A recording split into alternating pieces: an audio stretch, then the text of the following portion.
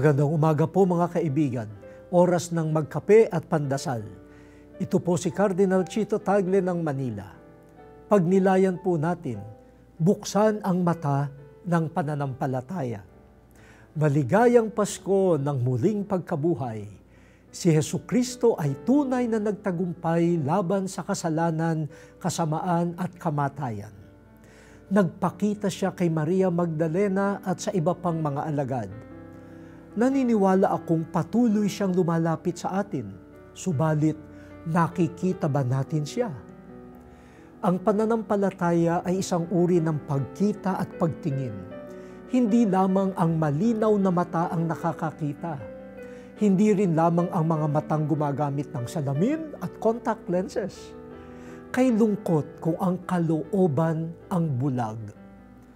Kapag hindi nakakakita ang puso, mabubulag na rin ang mata.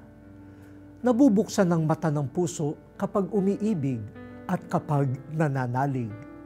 Ang pananampalataya ay isang uri ng pagkita at pagtingin.